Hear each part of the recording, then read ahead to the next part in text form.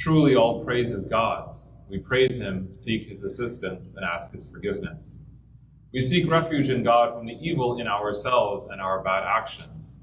Whomsoever God guides, no one can turn away, but whoever he turns away from will have no one to guide him.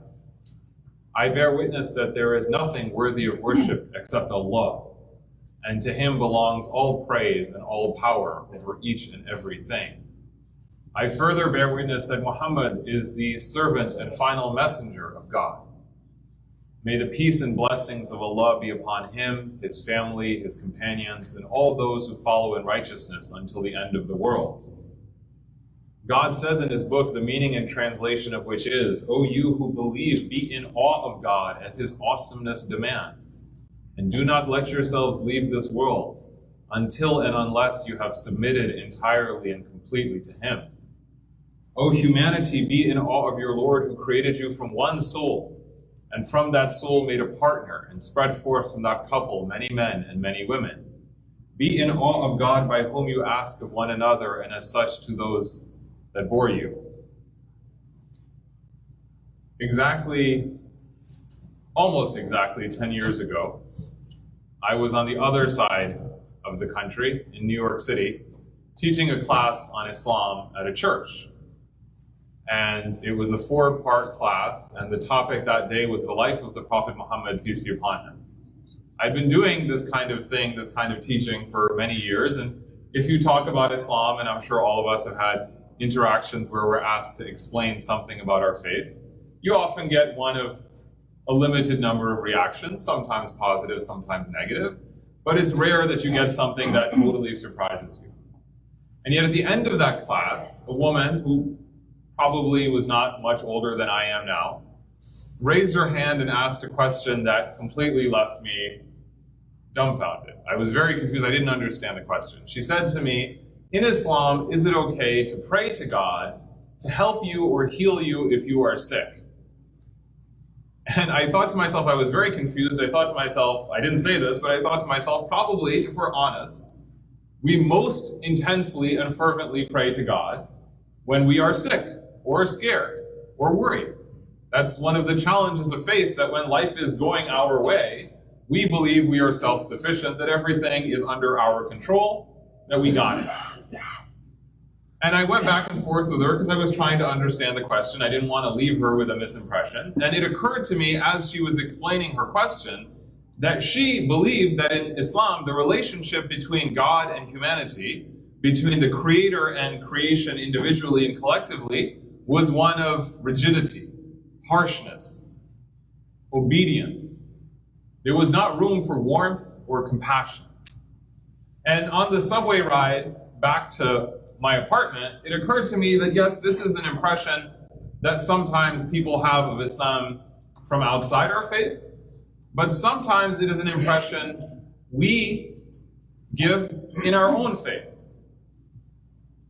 That we do not do full justice to the beauty and strength of our faith.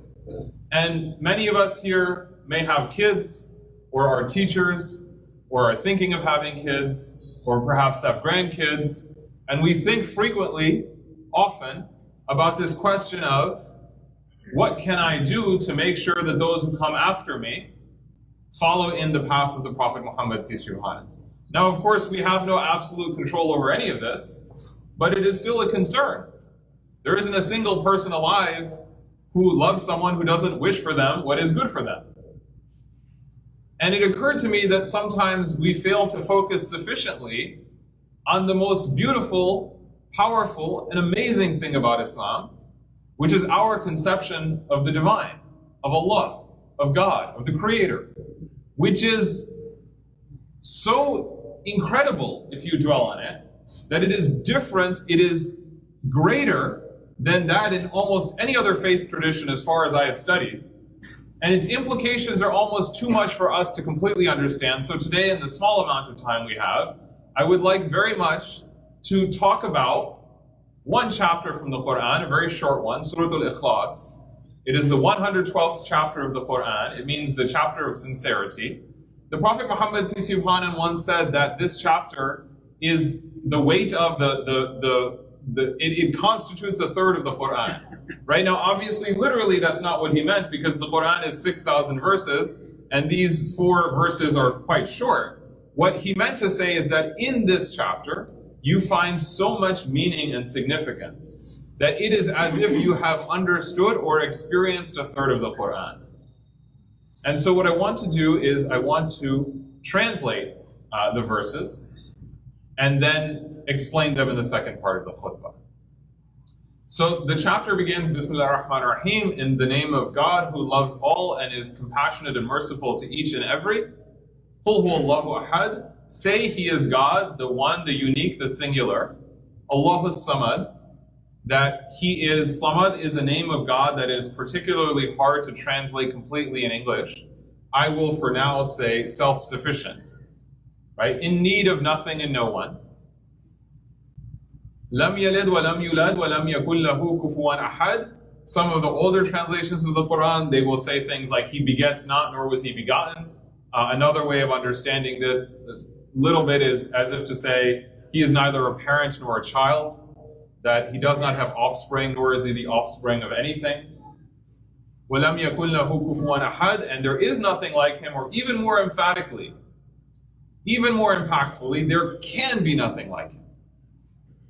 And now, 2 things come to mind before we unpack these verses. The first is, if sometimes if you have a prior impression of a person, like someone says to you, hey, did you know so-and-so?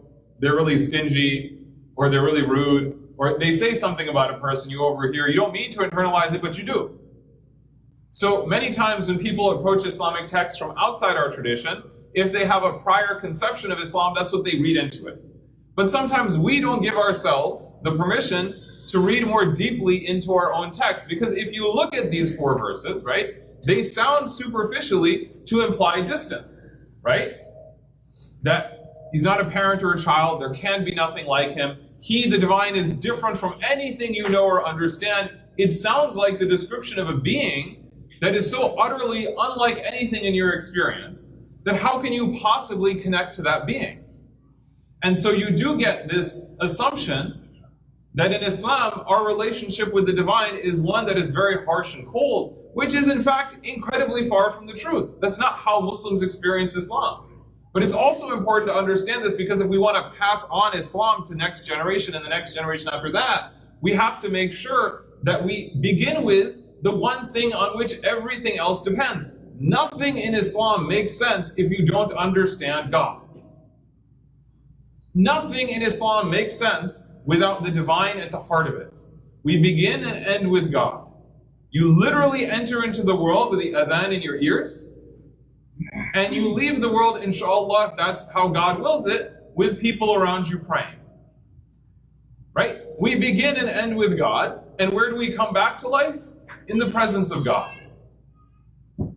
And the second thing I want to tell you, because this is something that sometimes we don't get out of mainstream culture. I was a philosophy major, but I promise I won't make it too dull. But there's a concept in philosophy called description versus prescription, and I'm going to explain that.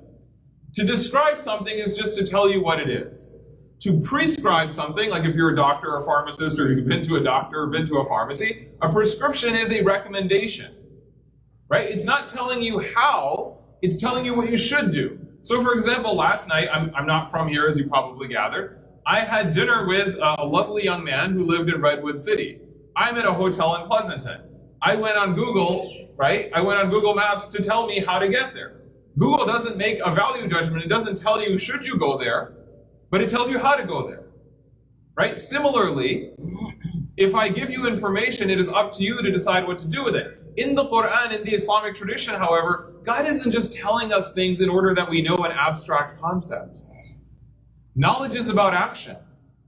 That is a deeper form of knowledge. So Allah is telling us, this is who I am, in order that you may be a certain kind of person and live a certain way.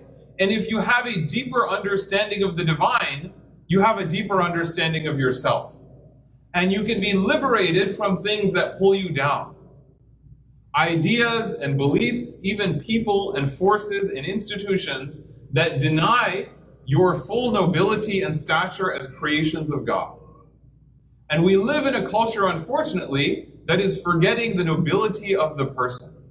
With consequences, I think, that we see not just physically, environmentally, but spiritually, psychologically, biologically, politically. We are losing the dignity of the person, and the dignity of the person comes from God. So in the second part of the khutbah, in the second part of the sermon, what I'm going to do is tell you how these 4 verses create Islam as we understand and live it. That take us from describing who God is to understanding how we connect to the divine. أقول ما تسمعون واستغفر الله لي ولكم ولسائر المسلمين من كل ذنب فاستغفروه إنه هو الغفور الرحيم. I say what you hear, I ask forgiveness for myself and for you and for all those who believe. Seek forgiveness from Allah, for He loves to forgive and forgives most often.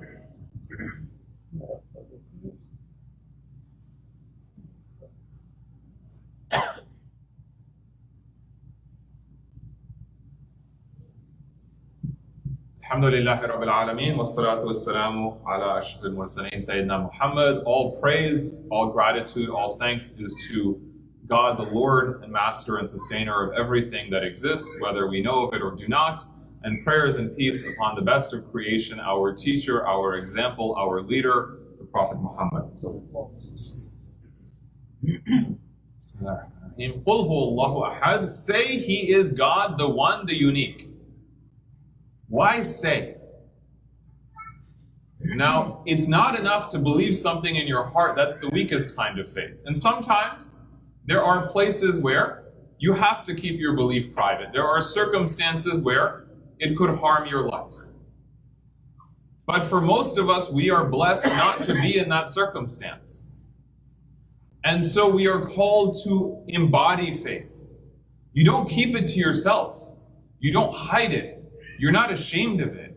In fact, you are proud of it, you are uplifted by it, and you want others to gain by it. Now imagine in a polytheistic society, in a society literally formed by poetry and words, your word was your bond. Literally. And so Allah is telling you, God is telling you to say He is the one, the unique. Allahu Samad, this is one of the most powerful verses in the Quran. It's 2 words long. God, Samad means self-sufficient. There are other translations, I'll get into them. But what does self-sufficient literally mean? It means you don't need anything. You don't need anything. Unlike anything else in existence. You need food, you need sleep, you need friends, you need love, you need money, right? We need lots of things, right? If you sit on the floor too long, your body will get stiff, right? Even if you're in good health, there's only so much work you can do. Most of our lives are out of our control. Did you decide what your name was going to be? Probably not. Did you decide who your parents were going to be? Probably not. Did you decide where you were going to be born? Probably not. Many of the things that shape so much about you are outside of your control. We are the opposite of self-sufficient. God is unique. Why? Because He's self-sufficient. Another meaning of Samad is eternal. Eternal means what? No beginning, no end. It's connected. If you don't need anything or anyone, you are liberated from any kind of weakness or flaw or dependency. You don't begin, you don't end. Even trying to understand that makes almost no sense to us because God created time. It's beyond our ability to fully grasp. Lam yalid wa lam yulad wa lam yakul lahu kufuwan ahad. Of course, part of this is it is a response to Christian Trinitarianism, it is a response to the polytheism of the time and other forms of idolatry that existed then and exist now, saying God is not a parent, not a child, He's not part of a family unit in the way that we understand the world, He doesn't reproduce genetically, He doesn't come from anything, He always was. And hence, وَلَمْ يَكُنْ لَهُ كُفُوًا أَحَدٍ, there can be nothing like Him. Now you tell me, if you hear that, what does it sound like? Elsewhere in the Quran, God emphasizes His difference again and again. Ayatul Kursi, the verse of the throne. Part of it, لَا تَأْخُذُهُ سِنَةٌ وَلَا نَوْمٌ, that He doesn't get tired, He doesn't get sleepy, He doesn't wear out. He doesn't feel exhausted. Now, why is He telling us this? Yes, partially in order that we understand who the divine really is, but also because it does something for us. And here's what it does. Why would you worship anyone or anything in need of anything? Distance in the Islamic tradition enables intimacy. Have you ever had to talk to two people at the same time? It's effectively impossible, right? Why do so many people get upset with texting and driving? Because your brain can't handle two things at the same time, right? One feels urgent and one is literally existentially dangerous, right? We can't handle that. And yet the divine is not just omniscient, possessed of all power, but omniscient, possessed of all knowledge, but omnipotent, possessed of all power, meaning that Allah is in control of and aware of every single thing that happens at every single moment, in every single place that ever was, is, or will be. Which means you can talk to him whenever you need to.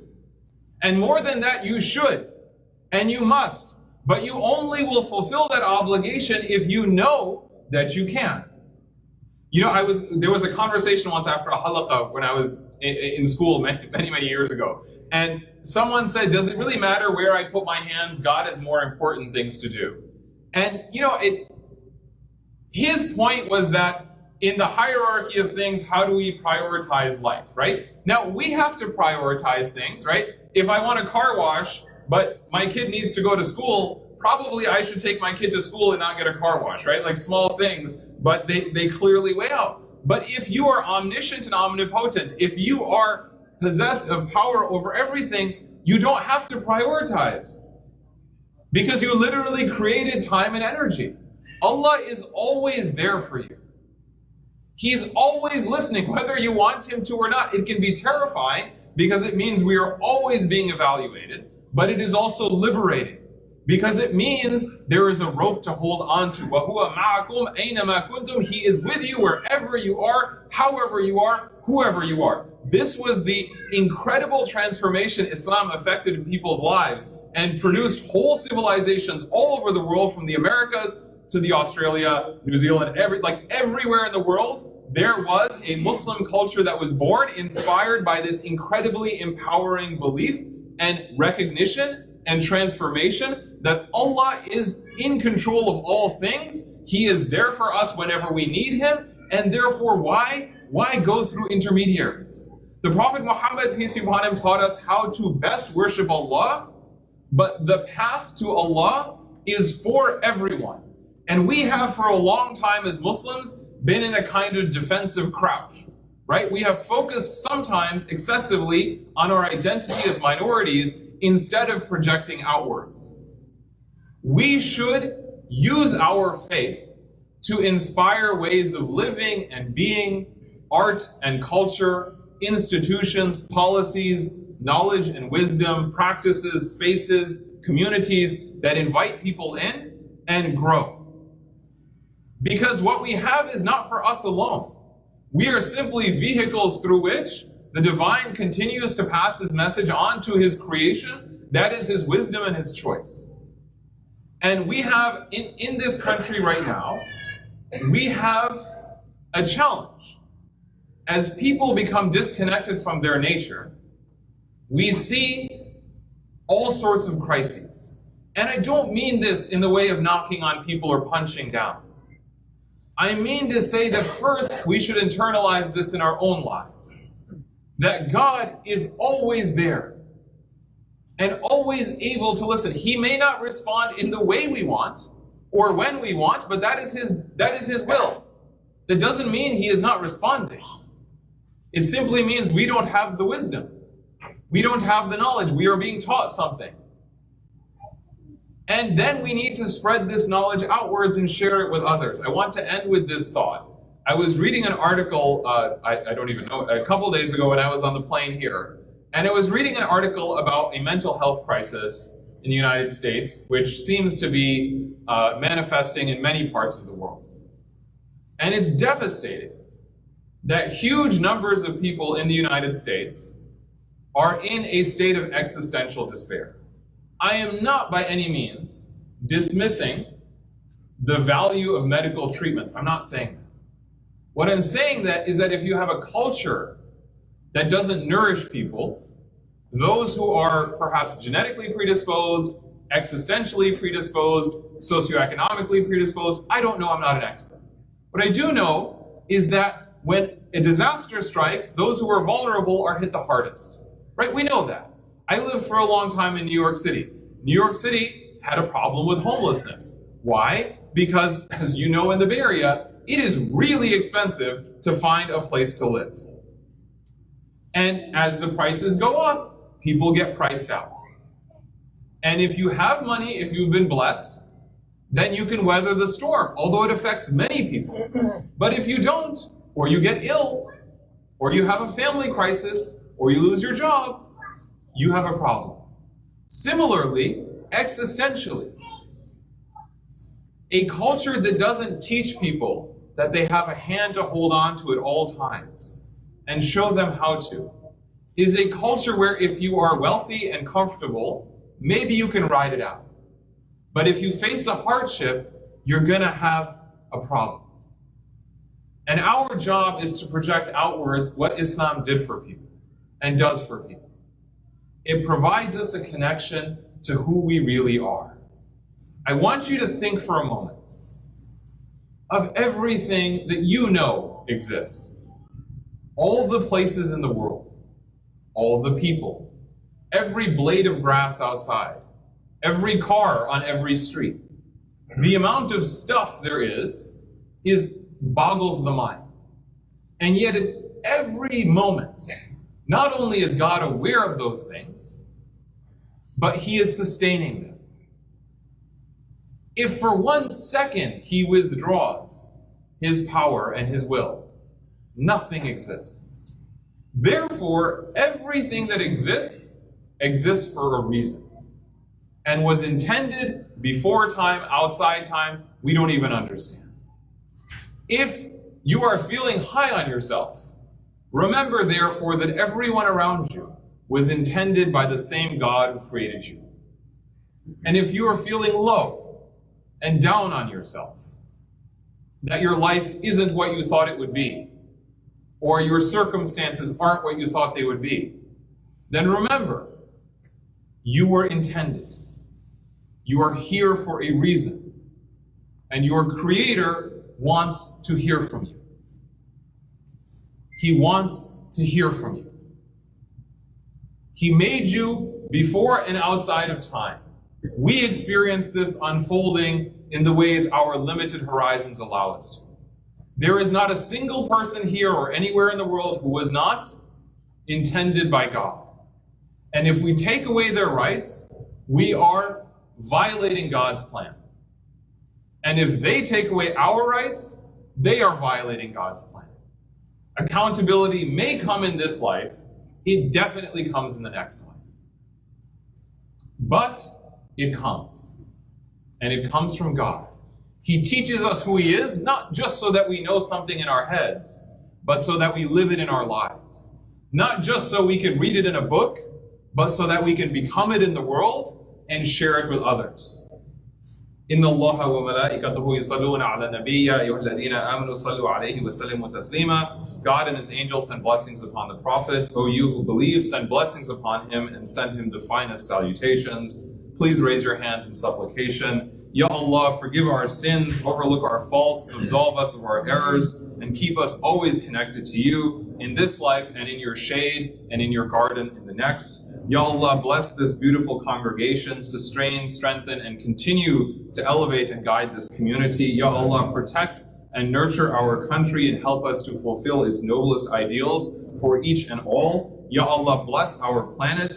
Help us work towards healing and softening this world, growing our knowledge so that we can uplift ourselves and ennoble others. Ya Allah, save us from anything that has no benefit, from hearts that are stubborn, from ignorance and obstinacy, and from eyes that have forgotten how to cry. Ya Allah, make us always among those who defend the oppressed, those who bring rights and freedoms to those who are wronged, and cause us ever to associate with those who love you and who are loved by you.